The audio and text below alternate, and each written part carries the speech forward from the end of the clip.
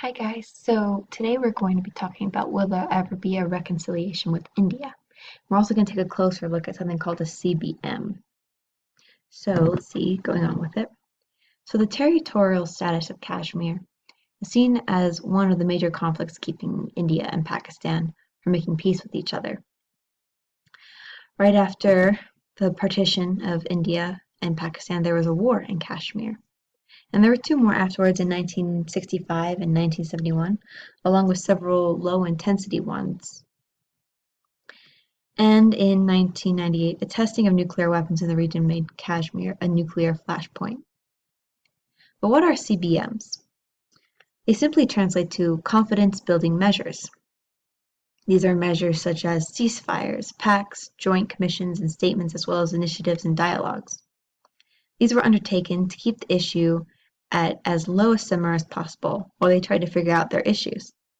The Tashkent Declaration was one of these measures and stated that both sides will exert all efforts to create good neighborly relations between Pakistan and India in accordance with the United Nations Charter.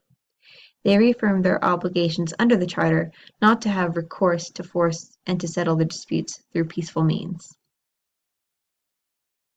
In 1997, India and Pakistan moved from their original negotiations to something called a composite dialogue.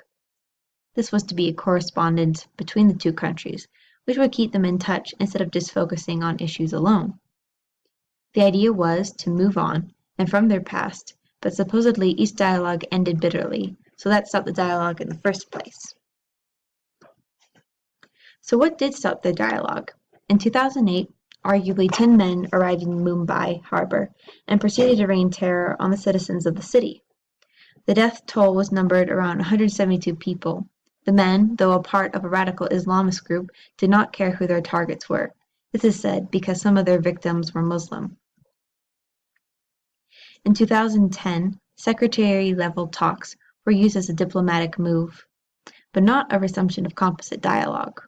India wants to keep its communication with Pakistan open, but even if Pakistan is openly admitting to wanting to fight with India. The two countries need to adapt an approach that doesn't encourage disruption or continuation of the existing peace process for any reason or event. CBMs are needed to build trust and consensus. As long as there are people willing to talk and to work on solutions, there may yet be a future between Pakistan and India. Thank you very much for viewing my presentation, and have a good day.